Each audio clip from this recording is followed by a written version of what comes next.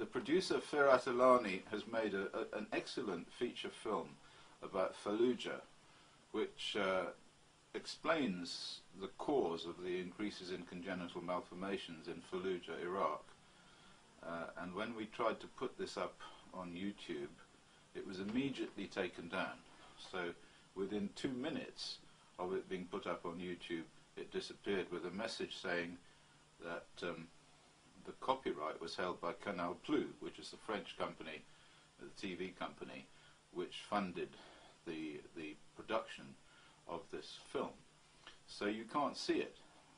Anyway, I mean, in order to make sure that you can see it, what we have done is we've put it up on Vimeo, and at the moment it still seems to be there on Vimeo, so I shall put a stripe underneath to show you where you can access it, and I strongly advise you to pull it down and to watch it, because it's a very, very powerful film. And you have to ask the question why it was that it was taken off so rapidly.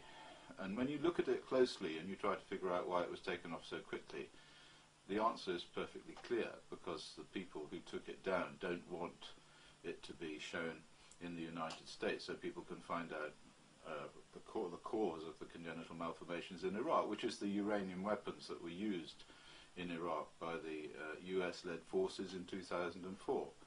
So Firat travels to Fallujah, and he interviews various people there, and discovers that there is in fact a large increase in congenital malformations there. I have been involved in 3 papers now,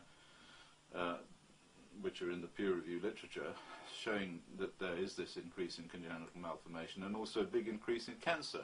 So we're looking for something that causes congenital malformations and cancer, and of course uranium fits the bill. In fact, there's nothing else that we found when we looked in the hair of the parents with congenital malformation that could have possibly caused the congenital malformations. Anyway, Firat goes there, and then he comes here to Wales, to Aberystwyth, here, to talk to me about the measurements that we made where we found the uranium in the hair, and it was slightly enriched uranium, incidentally, which raises another load of questions.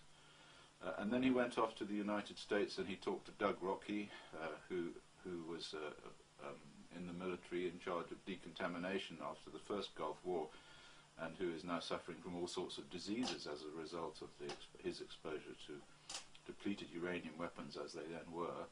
And he talks to people from the Pentagon and from and also to, interestingly, to an American Gulf veteran called Gerard Matthews, who is also suffering, and this is Gulf War II, 2003 veteran, who is also suffering from all sorts of dreadful diseases, and whose daughter has the same sort of congenital malformation that are being picked up in Iraq.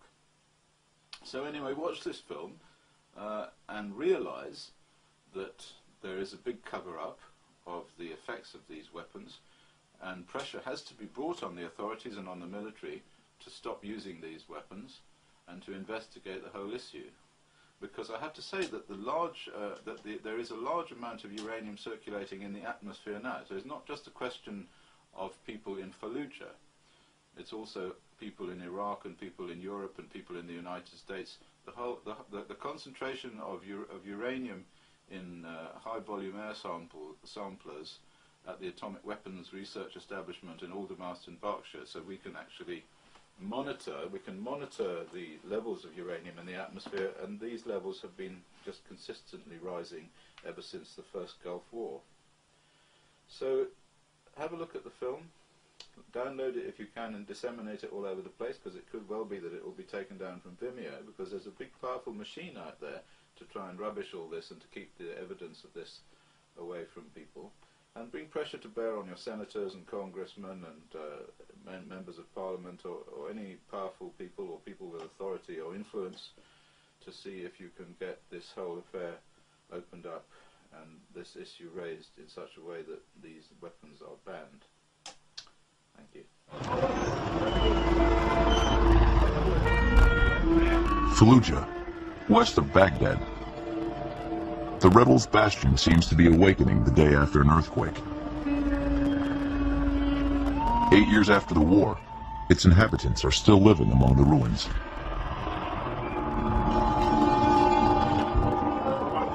At Fallujah Hospital, doctors are fighting another war.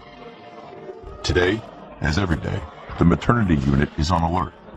A deformed baby has just been born, the 5th this week. This newborn is suffering from serious malformations. The doctors think he will survive, but he may never be able to walk. From the opposite side. He needs an operation. At the moment, he's much too weak for us to move forward with surgery. So we have him on observation.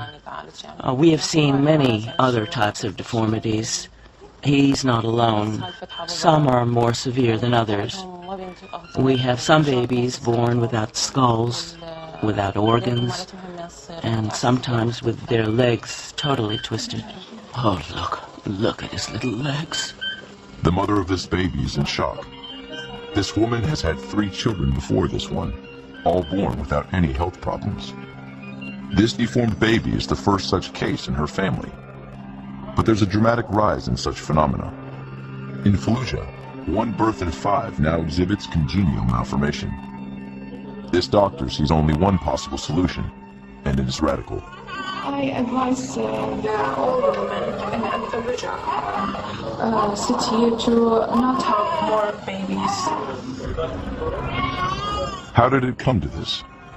All these babies were born after 2004, when Fallujah endured one of the most violent battles ever witnessed on Iraqi soil. Bombs and shells rained down on the city for several weeks. 15,000 coalition soldiers were marshaled to crush Fallujah.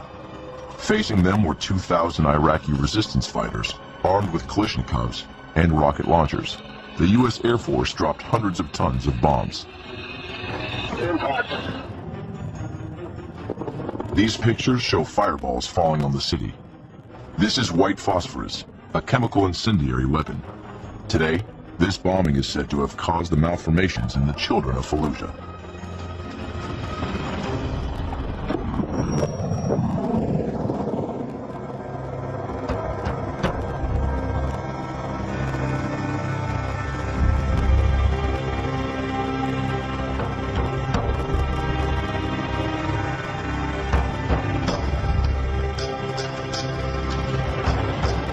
Baghdad, winter 2011.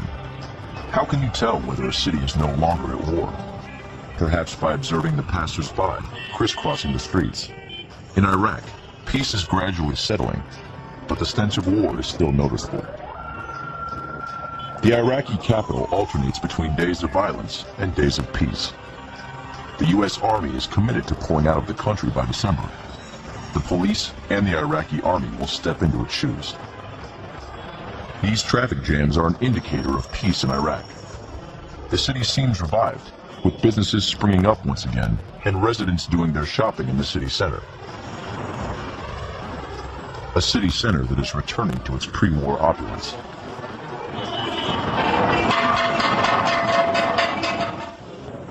But is the war really over? Though the situation in Baghdad has improved, other cities have been tossed into the garbage. Fallujah, for instance, my parents' hometown. After the war, the city was totally cut off. Only the inhabitants had the right to come and go freely. But I have family and friends there, and I speak Iraqi Arabic. I make contact with a friend in Fallujah. Come at 3 o'clock, close to the statue. I'll come and pick you up and we'll go wherever you want. This is Abu Yunus. He's 32 years old, a former football player for Fallujah, now unemployed. I first met him while doing a news report 4 years ago. It was he who called my attention to these seriously deformed babies. He came to Baghdad to fetch me, because it's not possible for me to get to Fallujah without his help.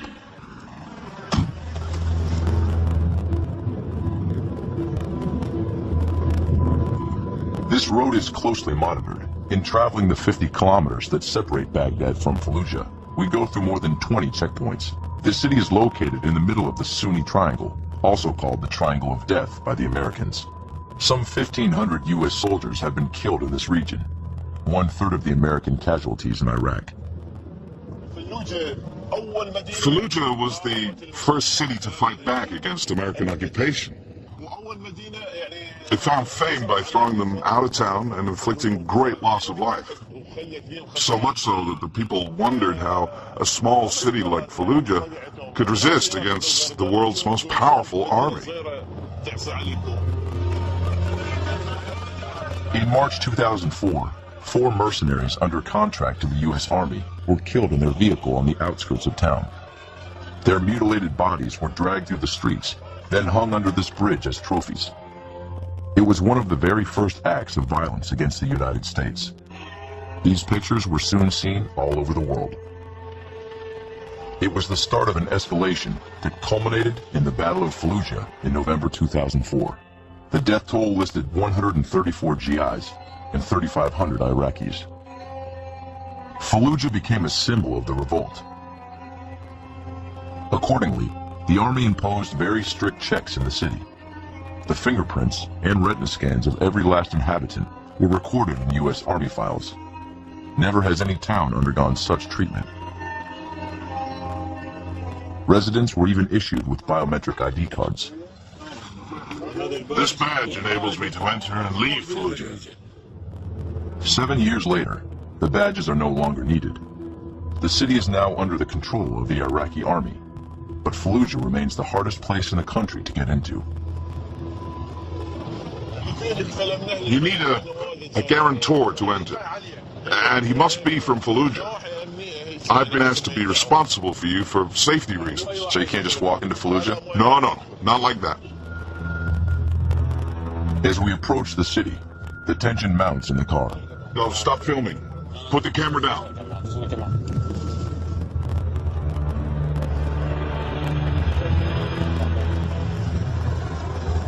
Here we are at the entrance to Fallujah, 100 meters from a border post within the country. The Iraq army is checking each car that passes. To take in a camera, you need special permission and an armed escort. But to give us freedom of movement, we'd rather enter illegally. There are several cars in front of us. We're in the third one. We're waiting. Come and fetch us.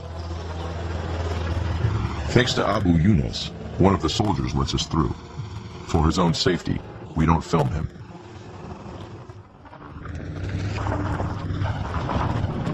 After an hour's wait, we finally passed through the checkpoint. Welcome to Fallujah. 300,000 inhabitants, considered the most dangerous city in Iraq. Nothing here has really changed since the battle.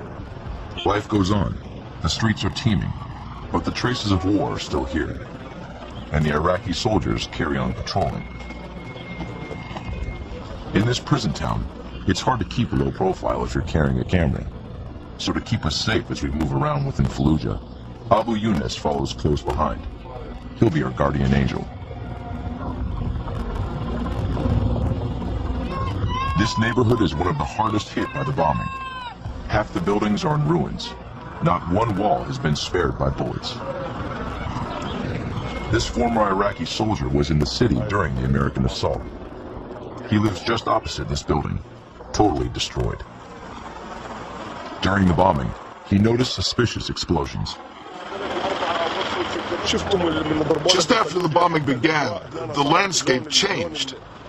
Even the appearance of the sky changed. The sky became kind of yellow. It lasted for several days. Even the explosions were abnormal. Now, I'm a fighter.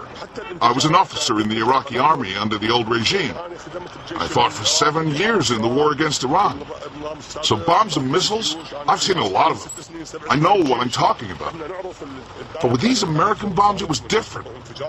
They exploded and they produced something abnormal, something that I don't think I've ever seen before. The strange bomb that this resident refers to contained white phosphorus, a chemical incendiary weapon often compared to the